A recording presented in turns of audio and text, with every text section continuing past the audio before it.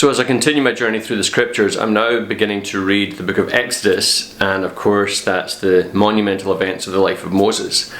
Something that I found really striking was just how quickly the life of Moses is given to us in sort of tiny sound bites or headlines. For example, it takes just 15 verses, so it's not even half a chapter, to tell us about his birth, then into the River Nile in the basket, and then adopted into Pharaoh's family but still nursed by his own mother, then growing up in the Egyptian royal courts, and then at midlife he has an episode of anger against an Egyptian who is mistreating one of the Hebrew slaves, ends up killing him. His deed gets found out, and then he escapes into the desert of Midian. And so all of these monumental life events happen for us in just a few short verses. Then it doesn't take much longer to tell us that he then meets this lady called Zipporah, whose father is the high priest of Midian. He marries Zipporah, has a family, settles down, works for his father-in-law as a shepherd in the desert, and then when he's out at the far reaches of the desert at work one day, he encounters God in the burning bush, and then again a couple of short verses later he's now on his way back to Egypt on this grand task of deliverance to set the people of Israel free. And by this time he's in his early 80s. So we've got 80 years of Moses' life that is just accelerated through with hardly really any information, just gives us the main little nuggets. And yet somehow we feel like we know him quite well, and yet we really have very little to go on as far as what he was like. We just have some of his circumstances, that's all. But some of the things that struck me were that he had a midlife, involuntary change of career. He went from the royal courts of Egypt to becoming a sort of nomadic farmer in the deserts of Midian, which was the backwaters. But here's the thing, when you think about his experience of becoming a farmer in the desert, he didn't know it at this point, but it was 40 years of training he was going through.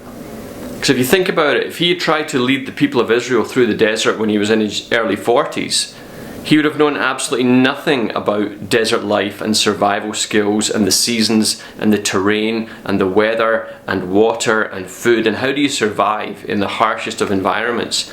Well, he's now got 40 years under his belt of learning the hard way what it means and what it feels like to live as a desert people.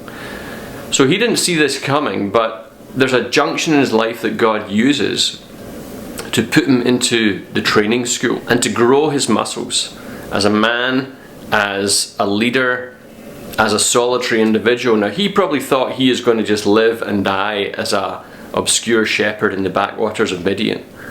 But God obviously had other plans. And in his early 80s, God calls him into the real story of the Exodus, where he goes with his brother Aaron to go and confront Pharaoh, and that's where we step into next week.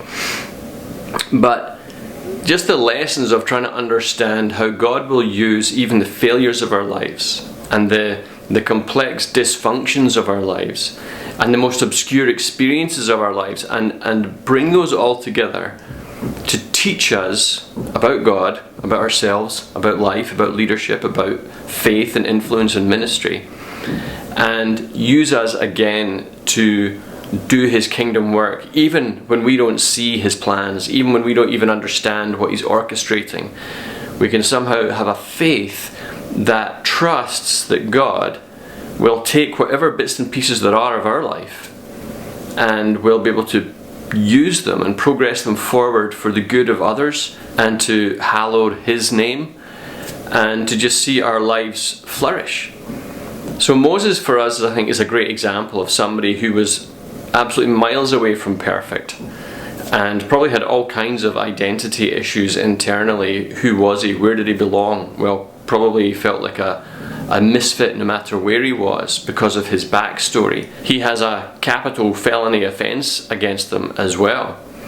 And yet all of those things seem to still be redeemed within the story, to see Moses positioned as the tough, seasoned desert survivor that he needs to be in order to lead God's people. So if we look around our own circumstances, maybe sometimes they don't make much sense, but when we pull back, we can perhaps be a little bit encouraged that even into our 80s, God still has some plans up his sleeves for us. So consider this and take care. Till next time, peace.